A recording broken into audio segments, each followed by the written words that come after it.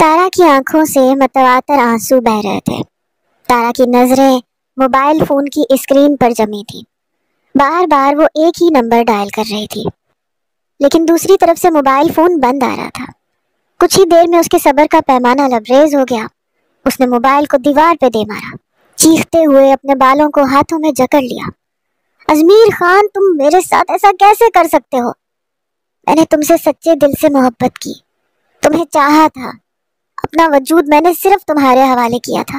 اپنی ماں کے خلاف جا کر میں نے اس حویلی میں آنے والے ہر گاہک کو باہر کا راستہ دکھا دیا تھا، لیکن تم نے وہی کیا جو تم جیسے امیر مرد کرتے ہیں۔ مجھے استعمال کر کے تم نے صرف اپنی خواہشوں کو پورا کیا، اور اب جب تمہیں ایک نئی عورت مل گئی تو تم مجھے چھوڑ کے چلے گئے۔ کیوں؟ آخر کیوں؟ کیا کمی تھی مجھ میں؟ میری غلطی صرف اتنی ہے کہ میں نے ایک طوائف کی کوکھ سے جنم لیا، یہی میرا گناہ ہے۔ وہ بری طرح چیختی چلاتی رو رہی تھی، آنکھوں میں ٹوٹے خوابوں کی کرچیاں بری طرح چبھ رہی تھیں۔ شدت ضبط سے اس نے کس کر آنکھیں مینچی تو آنکھوں کے پردوں پر بھی اسی کا عکس تھا۔ ایک سرگوشی اس کے کانوں میں گونجی تھی، میں وعدہ کرتا ہوں تم سے تارا، میں تمہیں زندگی کی ہر خوشی دوں گا، کبھی تمہارا ساتھ نہیں چھوڑوں گا۔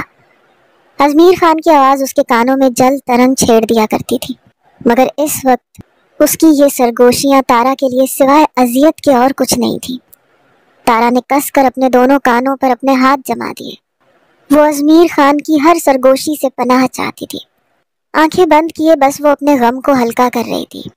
کھڑکی کھلی ہوئی تھی، ہوا کا ایک تیز جھونکا تارا کے چہرے سے ٹکرایا، چند بال اڑ کر چہرے سے کھیلنے لگے، ساتھ ہی کچھ پرانی یادوں نے بھی اسے چھیڑا تھا۔ پتہ ہے تمہیں تارا، چاندنی سے زیادہ چمکتا ہے تمہارا وجود، تمہارے سامنے تو چاند بھی پھیکا پڑ جاتا ہے۔ تارا کے لبوں پہ ہاتھ پھیرتے ازمیر نے اس کی آنکھوں میں آنکھیں ڈال کر اس کی خوبصورتی کو بیان کیا تھا۔ اب اتنا بھی جھوٹ نہ کہا کرو ازمیر بابو، میں اتنی بھی حسین نہیں۔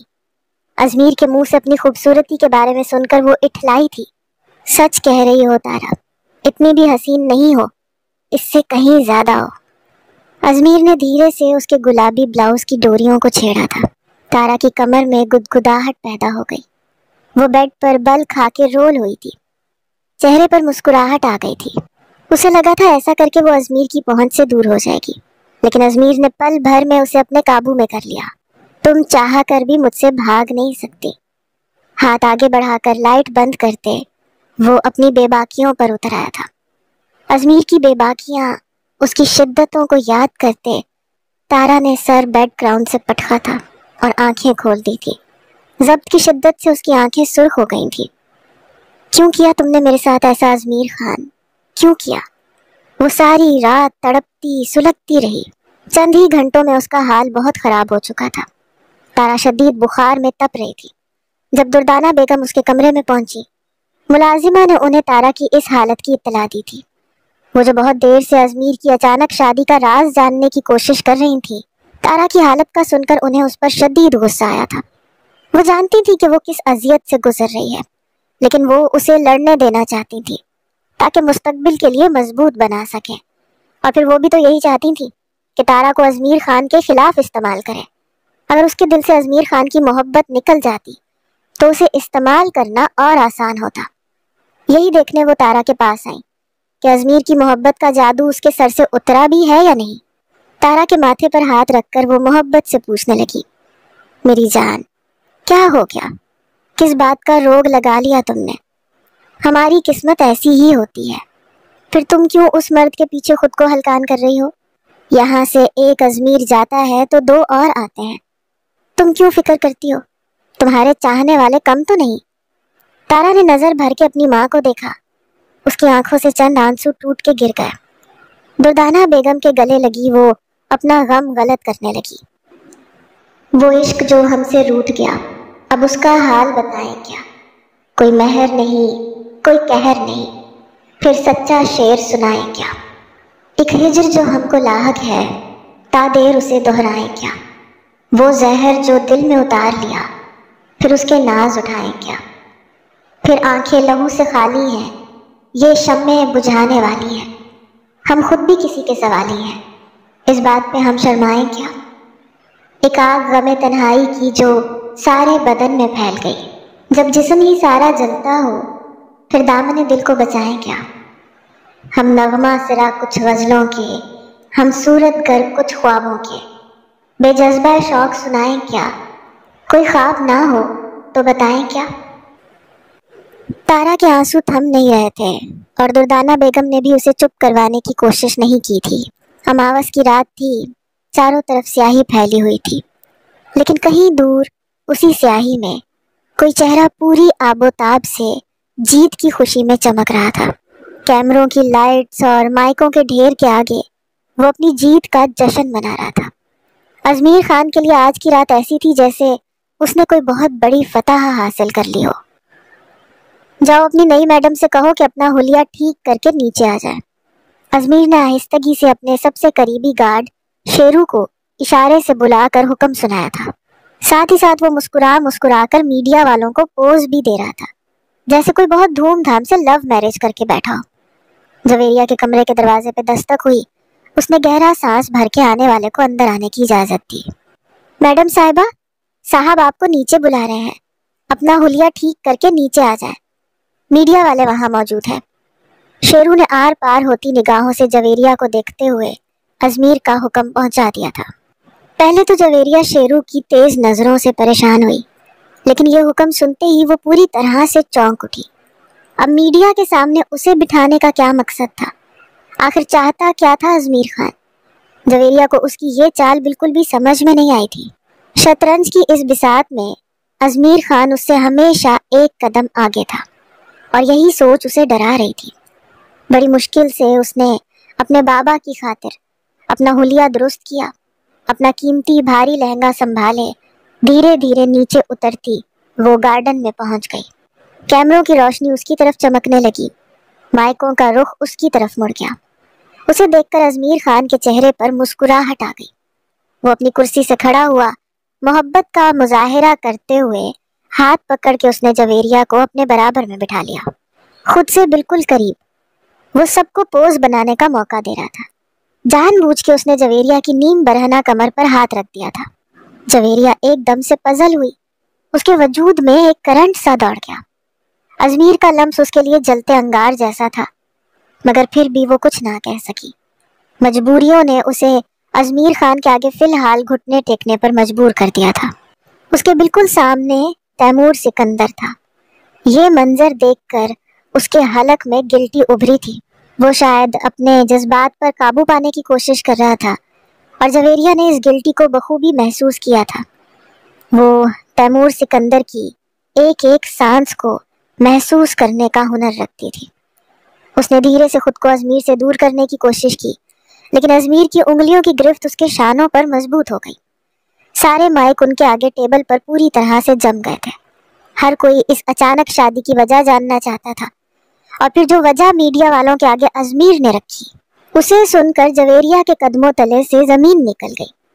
وہ پھٹی پھٹی نگاہوں سے ازمیر خان کو دیکھ رہی تھی، جس نے تیمور سکندر کو قریب بلایا، اسی کے مائک کو اپنے ہاتھ میں لے لیا۔ پھر وہ دھیرے دھیرے میڈیا والوں کو شادی کے پیچھے کی وجہ بتانے لگا۔ آپ لوگ اس کشمکش میں ہے نا کہ یہ شادی کیوں ہوئی ہے، کیسے ہوئی ہے۔ دراصل میں آپ لوگوں کو جویریہ کے بارے میں بتاتا ہوں، بلکہ میں آپ کو کیا بتاؤں، آپ لوگ تو خود میری بیوی کو بہت اچھی طرح سے جانتے ہیں۔ یہ آپ ہی کی کمیونٹی سے ہے، صحافت سے ان کا تعلق ہے۔ لیکن کیا ہے نا کہ صحافی بھی انسان ہوتے ہیں، ان کے اندر بھی جذبات ہوتے ہیں۔ جویریہ کو مجھ سے محبت ہوئی، میری توجہ حاصل کرنے کے لیے اس نے ریپ اسکینڈل کی کہانی بنا دی۔ میں ٹھہرا ایک سیاستدان، جویریہ ایک نئی صحافی۔ مجھ تک پہنچنے کے لیے جویریہ نے اپنے کام کا سہارا لے لیا۔ 20 الگ الگ لڑکیاں جن کا مختلف جگہوں پہ ریپ ہوا تھا، جان بوجھ کے ان کے ساتھ میرا نام استعمال کیا، میرے بابا کا نام استعمال کیا، تاکہ میری توجہ اس کی طرف ہو جائے، اور دیکھیں ایسے کرنے میں کامیاب بھی ہو گئی۔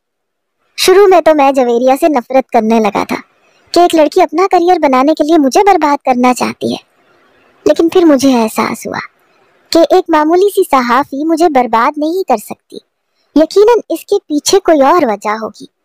میں سیاست سے متعلق وجہ دریافت کرنے کی کوشش کر رہا تھا، مجھے کیا معلوم تھا کہ یہ تو دل کا معاملہ ہے۔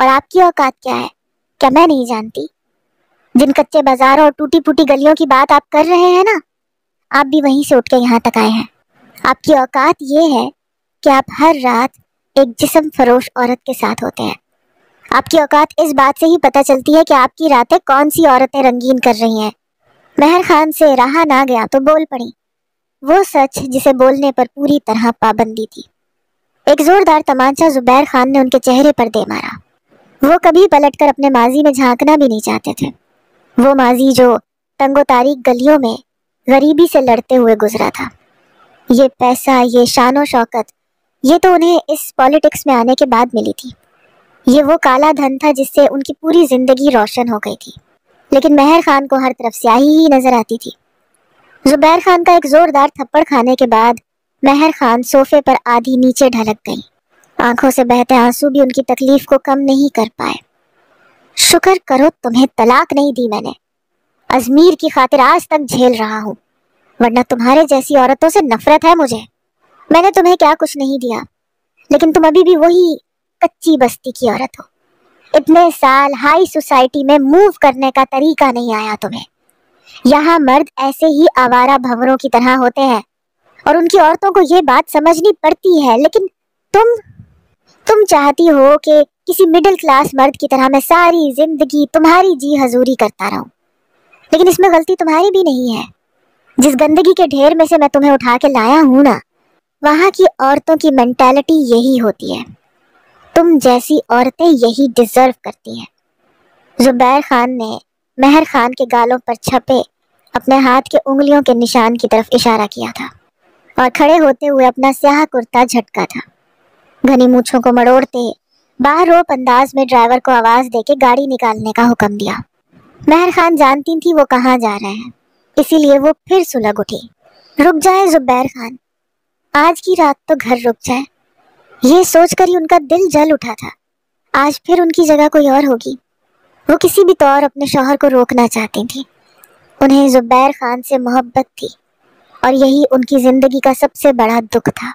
ایک ایسا شخص جسے انہوں نے سب سے زیادہ چاہا تھا، وہی ہر رات ان کی اذیت کا سبب بنتا تھا۔ ہر رات وہ کروٹیں بدلتی رہتی تھی۔ وہ زبیر خان کے پیچھے پیچھے چلنے لگی۔ رک جائے زبیر، ابھی تو میڈیا والے یہاں سے گئے ہیں، سب ہماری طاق میں ہیں، ہم پہ نظر رکھ کے بیٹھے ہیں۔ آج کی رات تو کہیں نہ جائے۔ تمہیں فکر کرنے کی ضرورت نہیں ہے، مجھے میڈیا کو ہینڈل کرنا آتا ہے۔ بس تم اپنا منہ بند رکھو اور کمرے میں دفع ہو جاؤ۔ اگر دل نہیں لگتا تو کچھ دنوں کے لیے اپنے میکے چلی جاؤ۔ ان کچی گلیوں میں جا کر شاید تمہاری روح کو سکون آ جائے گا۔ اب تو ازمیر کو بھی ایک نیا کھلونا مل گیا ہے، اسے بھی تمہاری ضرورت نہیں ہے۔ میں نے اپنے بیٹے کو وہ سب کچھ دیا ہے جو شاید دنیا کا کوئی باپ نہیں دے سکتا۔ گھر، گاڑی، بنگلہ، دولت، ازمیر کے پاس سب کچھ ہے، اسے تمہاری کوئی ضرورت نہیں۔ زبیر خان نے بیوی کو ان کی اوقات یاد دلاتے کمرے میں جانے کا حکم سنایا تھا۔ وراثت صرف پیسہ ہی نہیں ہوتا زبیر صاحب، بعض اوقات آپ کے والد کی نیک نامی بھی تو کافی ہوتی ہے۔ جہاں آپ جاتے ہیں آپ کو بتایا جاتا ہے کہ آپ کے والد کا شمار بہترین لوگوں میں ہوتا ہے، لیکن بہت افسوس کے ساتھ کہنا پڑ رہا ہے زبیر صاحب کہ میرے بیٹے کے پاس پیسہ تو ہے لیکن باپ کی نیک نامی نہیں۔ مہر خان کے ان جملوں نے زبیر خان کے اندر ایک آگ لگائی تھی۔ وہ پلٹ کے تیزی سے ان کے قریب آئے، بالوں کو کس کے مٹھی میں دبوچتے غرا کے بولے، اپنی حیثیت میں رہو مہر زبیر خان، ورنہ تمہیں ساری زندگی کے لیے واپس تمہارے باپ کا نام مل جائے گا۔ باقی کی زندگی اپنے باپ کی نیک نامی کے ساتھ گزار لینا۔ پھر تیزی سے انہیں دھکا دیتے، بڑے بڑے قدم اٹھاتے وہ اس عالی شان بنگلے سے باہر چلے گئے تھے۔ ان کا سر شیشے کی ٹیبل سے ٹکرایا تھا، درد کی تیز لہر سر میں اٹھی تھی اور وہ سر پکڑ کے بیٹھ گئی تھی۔ کاش کہ 30 سال پہلے بھی آپ ایسے ہوتے تو شاید میں کبھی آپ سے شادی نہ کرتی زبیر۔ کاش مجھے پتا ہوتا کہ ہر گزرتے سال کے ساتھ آپ فرعون بنتے چلے جائیں گے تو میں کبھی آپ کی محبت کے جھانسے میں نہ آتی۔ مہر خان نے اپنے آنسو پونچھ کر اپنی سوچوں کا گلا گھونٹنے کی کوشش کی تھی۔ 30 سال پہلے زبیر خان ایک چھوٹی سی پولیٹیکل پارٹی کے ایک معمولی سے ممبر تھے، اور یہ اتنی چھوٹی بات تھی کہ مہر خان نے کبھی سوچا ہی نہیں تھا کہ آگے جا کر ان کی زندگی کیسے بدلے گی۔ ان کی ارینج میرج تھی، لیکن ہر مشرقی عورت کی طرح شادی کے بعد انہوں نے بھی اپنے شوہر سے بے پناہ محبت کی تھی۔ شادی کے چند سالوں بعد ہی زبیر خان کو پارٹی میں ایک اعلیٰ عہدہ مل گیا۔ پھر بہت جلد وہ ترقی کرتے کرتے بہت اوپر پہنچ گئے، یہاں تک کہ پارٹی لیڈر کی ڈیتھ کے بعد خود پارٹی لیڈر بن گئے۔ اس کے بعد انہوں نے اپنی محبت، اپنی بیوی کو سب سے زیادہ حقیر جانا، کیونکہ ہر رات وہ ایک نئی لڑکی کے ساتھ اپنی ترقی کا جشن مناتے اور مہر خان تنہا سلگتی رہتی۔ اگر ازمیر خان ان کی گود میں نہ ہوتا تو شاید زبیر خان انہیں طلاق دے چکے ہوتے، یا پھر وہ خود شاید ان سے علیحدہ ہو جاتی، لیکن ازمیر آج بھی ان دونوں کے رشتے کی وجہ بنا ہوا تھا۔ کئی بار مہر خان نے اپنے شوہر کو سمجھانے کی کوشش کی، صحیح اور غلط بتانے کی۔ وہ کالے دھن سے نفرت کرتی تھی، لیکن وہی کالا دھن ان کی پوری زندگی پر چھا گیا۔ وہ اپنے شوہر کو برائی کی اس دلدل سے روکنا چاہتی تھی، لیکن شوقیہ پولیٹیکل پارٹی کے ورکر بننے کے بعد آہستہ آہستہ زبیر خان بہت آگے نکل چکے تھے۔ پیسہ، دولت، عیاشی، ان سب چیزوں کی چکا چوند نے ان کی آنکھوں کو بے نور کر دیا تھا۔ انہیں حلال حرام بھی دکھائی نہیں دیتا تھا۔ حلال اور حرام کے بیچ میں ایک باریک سی لکیر ہوتی ہے، پل صراط کی طرح۔ انسان حلال کے راستے پہ چلتا ہے، لیکن حرام کی کشش اسے ایسے کھینچتی ہے کہ کب وہ ڈگمگا کے گر جائے اسے خود پتہ نہیں چلتا۔ حلال کا راستہ وہ راستہ ہے جسے ثابت قدمی سے پار کر لینے والے کی زندگی خود بخود جنت ہو جاتی ہے۔ حرام میں کتنی ہی کشش کیوں نہ ہو، بالآخر وہ ایک جلتی ہوئی آگ کا گڑھا ہے۔ ازمیر نے تیزی سے جویریہ کو بستر پہ دھکیلا تھا اور کمرے کے دروازے کی کنڈی چڑھا دی تھی۔ جویریہ بس پھٹی پھٹی نگاہوں سے اسے دیکھ رہی تھی۔ پچھلے چند گھنٹوں میں اس کی زندگی میں کیا کچھ نہیں بدلا تھا، اس کا گھر، اس کا نام، اس کی حیثیت اور اس کا کردار بھی۔ کل تک دنیا کی نظروں میں جس کیس پر بات کر کے وہ مہان بنی ہوئی تھی، آج وہ اسی کیس کی وجہ سے دنیا کی نظروں سے گر گئی تھی، کیونکہ اب میڈیا پورے زور و شور سے چلا رہا تھا کہ جویریہ اسد نے اپنی لائف کو سیٹل کرنے کے لیے، ازمیر خان سے شادی کرنے کے لیے ایک انتہائی حساس قسم کے کیس کو استعمال کیا۔ ان 20 لڑکیوں کا نام استعمال کر کے خود اسی شخص سے شادی کر لی جسے وہ درندہ ٹھہرا رہی تھی۔ چاروں طرف سے جویریہ اسد کے کردار پر انگلیاں اٹھائی جا رہی تھیں۔ صحافتی تنظیمیں اسے بین کرنے کی بات کر رہی تھیں۔ جویریہ اسد کے لیے سب کچھ ختم ہو چکا تھا، لیکن ازمیر خان کے لیے تو ابھی شروعات تھی۔ ابھی تو بہت سے حساب باقی تھے، لیکن جویریہ اسد تو پہلی بازی میں ہی چاروں شانیں چت ہو گئی تھیں۔ آہستہ آہستہ قدم اٹھاتے وہ جویریہ کے قریب آ گیا، سینے پر ہاتھ باندھے، گھنی مونچھوں تلے گہری مسکراہٹ لیے وہ یک ٹک اسے دیکھ رہا تھا۔ وہ کوئی حسن کا پیکر نہیں تھی، نہ کوئی دیوی، نہ کوئی خوبصورت مجسمہ، لیکن پھر بھی اس کے چہرے میں ایک خاص کشش تھی۔ بھوری آنکھوں کی چمک اسے دوسروں سے ممتاز بنایا کرتی تھی۔ ازمیر خان بہت غور سے اس کے وجود کو تک رہا تھا۔ ایک دھان پان سی 5 فٹ 4 انچ کی لڑکی اس جیسے مرد سے ٹکرانے کی ہمت کیسے کر سکتی تھی؟ یہی وہ سوچ تھی جس کی وجہ سے وہ جویریہ کو سیدھے رخصت کروا کے لایا تھا۔ جویریہ کا سارا غرور، اس کی ہمت، اس کی بہادری، وہ ان ساری چیزوں کو خاک میں ملا دینا چاہتا تھا۔ وہ ان مردوں میں سے تھا جو عورتوں کی برتری کو برداشت نہیں کر پاتے۔ جویریہ نے اپنے ایک کالم سے اور ان چند انٹرویوز سے یہ ثابت کیا تھا کہ وہ اس سے برتر ہے۔ جویریہ کی پاکستانی ڈگریاں ازمیر کی US کی ڈگریز پر بھاری پڑ گئی تھیں، اور اسی بات نے ازمیر خان کی مردانگی کو چوٹ پہنچائی تھی۔ آج اسے اسی چوٹ کو، اسی رستے ہوئے زخم کو تسکین پہنچانی تھی۔ دیکھو ازمیر، تم نے وعدہ کیا تھا کہ میں تم سے شادی کروں گی اور تم میرے باپ کو آزاد کر دو گے۔ تم جانتے ہو میرے بابا ہارٹ پیشنٹ ہیں، انہیں شوگر ہے۔ تمہاری ذرا سی لاپرواہی ان کے لیے بہت بڑا خطرہ بن سکتی ہے۔ میں نے تم سے شادی کر لی ہے، میں یہاں تمہارے ساتھ تمہارے بنگلے میں موجود ہوں، پھر تم انہیں چھوڑ کیوں نہیں دیتے؟ بس میری ایک بار ان سے بات کروا دو۔ جو کچھ بیت چکا تھا اس کے بعد بھی جویریہ نے ضبط سے کام لیتے ہوئے ازمیر سے اپنے باپ کی آزادی مانگی تھی۔ بے فکر رہو، تمہارے بابا کا خیال رکھنے کے لیے میرے لوگ موجود ہیں۔ تم سے وعدہ کیا تھا تو تمہارے باپ کو آزاد بھی کر دوں گا، لیکن صبح کا سورج تو طلوع ہونے دو۔ آج کی رات ہماری سہاگ رات ہے،